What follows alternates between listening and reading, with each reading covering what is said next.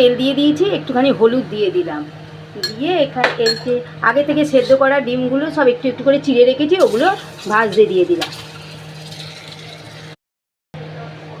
এবার ওই তেলেই আলুগুলোও দিয়ে দিয়ে কড়া করে একটু ভেজে নেব। তেল দিয়ে দিয়েছি, এবার একটু চিনি দিয়ে দিলাম কড়ায়, দিয়ে ওর মধ্যে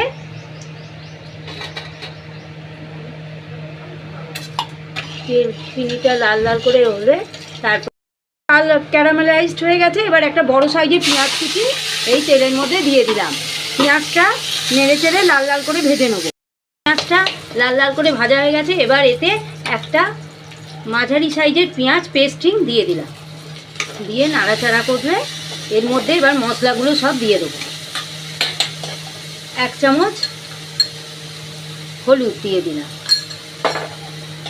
1 চামচ লবণ দিয়ে দিলাম, 1 চামচ কাশ্মীরি মির্চ দিয়ে দিলাম, এই 1/2 চামচ কাশ্মীরি মির্চ দিয়ে দিলাম, 2টো লাল কাঁচা লঙ্কা দিয়ে দিলাম, 3টে লঙ্কা বাটা দিয়ে দিলাম, লাল লঙ্কা বাটা, আর 2টো টমেটো পেস্টিং দিয়ে দিয়েছি, ছোট ছোট সাইজে 2টো টমেটো পেস্ট দিয়ে দিলাম, আর 1 চামচ জিরে গুঁড়ো দিয়ে দিলাম, 1 চামচ আর একটু জিরে গুঁড়ো দিয়ে দিলাম। এবার এটাকে কষতে থাকবো, একটু করে জল দিয়ে দিয়ে এটাকে কষতে থাকবো। অল্প আঁচ করা আছে, একদম সিমে দেওয়া আছে, আঁচটা একদম সিমে দেওয়া আছে। এই সিমে দিয়ে এটাকে সমানে নেড়ে নেড়ে কষতে থাকবো যতক্ষণ না এর থেকে তেল ছাড়ছে। তারপর ডিম আর আলুটা দিলেই হয়ে যাবে।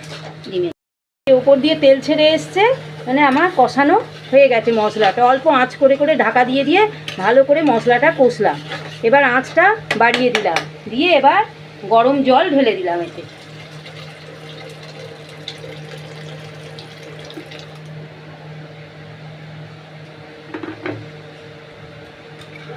এবারে নাড়াচাড়া করে এতে ডিম আর আলুগুলো সব ঢেলে দিলাম।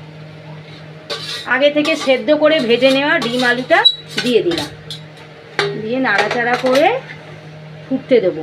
ফুটে গেলেই অফ করে তৈরি হয়ে যাবে ডিমের ঝোল। ঢাকা দিয়ে দিলাম। এবার ঢাকাটা খুলে নেব। এই যে ডিমের ঝোলটা ফুটছে, হয়ে গেছে ডিমের ঝোল। এবার গ্যাসের ফ্লেমটা পুরোপুরি অফ করে দিলাম, দিয়ে স্ট্যান্ডিং টাইমে রেখে সার্ভ করব।